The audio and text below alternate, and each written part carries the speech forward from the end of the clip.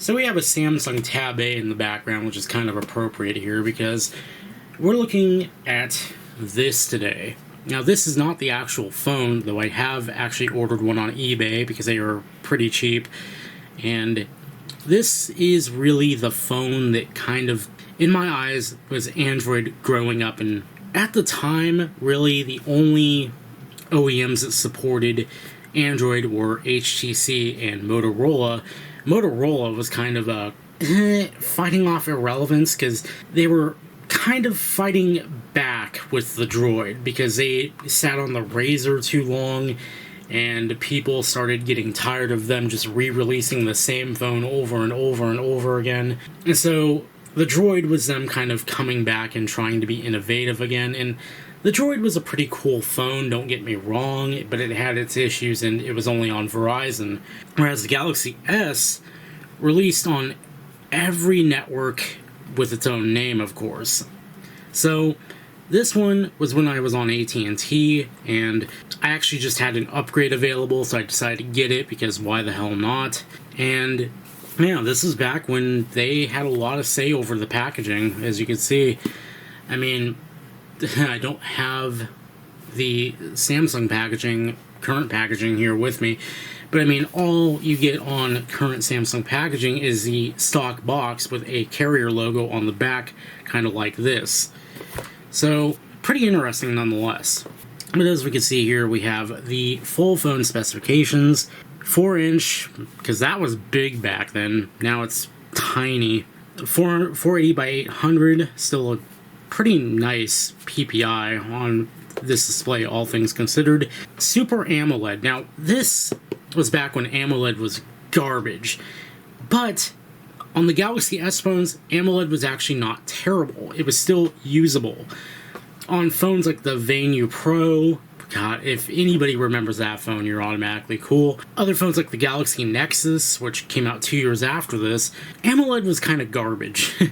Because they got the cut rate panels, whereas Samsung kept the good ones for themselves. So, really the bad old days of AMOLED, and it's why I don't like AMOLED to this day, just because of how bad of a shake I had with it. But yeah, they tried to say, hey, we've got AT&T Navigator, AT&T hotspots. They really tried to, sell you on carrier-added services, even though you had Google Maps literally right over there. 720p video recording, bunch of stuff nobody cares about, DLNA, whatever the hell. Integrated social networking services, I forget what came on this thing, I'm not sure if it was Facebook or whatever. Stereo Bluetooth 3.0, Bluetooth 3.0 seems new for this, but I'm getting my timelines probably mixed up. 3.5mm headphone jack, remember when that was cool? Accelerometer, because iPhone had it, everybody else has to have it.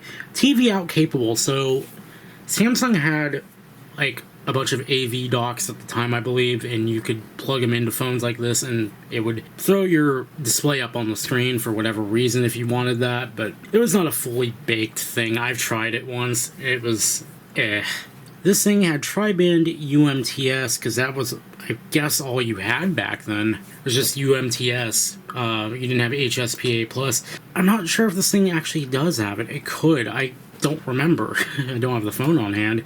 But UMTS back then was plenty fast. I mean, 5 megabits, I believe, on a good day. I mean, perfectly adequate for the limited amount of stuff you were doing on this phone. Anyway, let's go ahead and pull this box open. Gotta do it the Apple way, of course. Do it the rest of the way, and we get our welcome to AT&T little thing that they helpfully throw in here. And this is what made me this whole thing just feel special.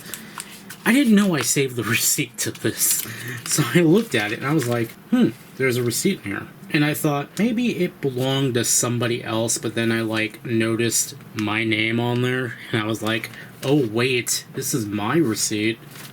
Oh my.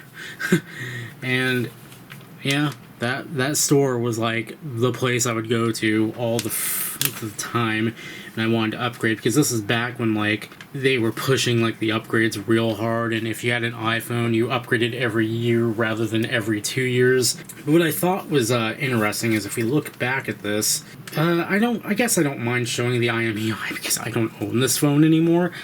But taxable unit value. That means, okay, here in the state of California at least, when you buy a phone, you have to pay tax if you're buying the thing full price.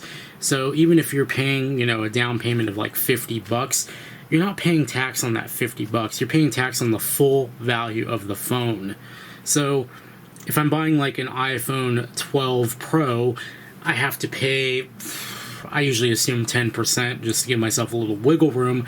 I'm having to pay $100 of tax up front because I have to pay tax on the full $1,000 value of the phone up front, in addition to whatever down payment. So this is what they say is the full value of the phone. $500 for a flagship Android device at the time.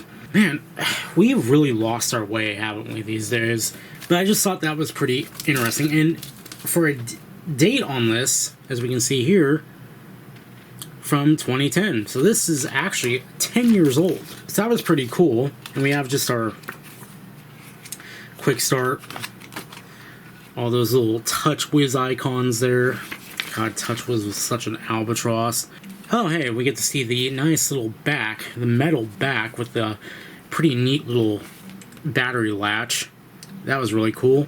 Let's see, 14 just points out the microphone, unfortunately. But yeah, there's our lovely TouchWiz customizations. Fun stuff. Oh, here's the latch.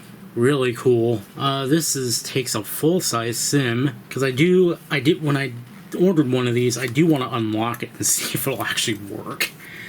This is before LTE though, so probably not really much is going to happen.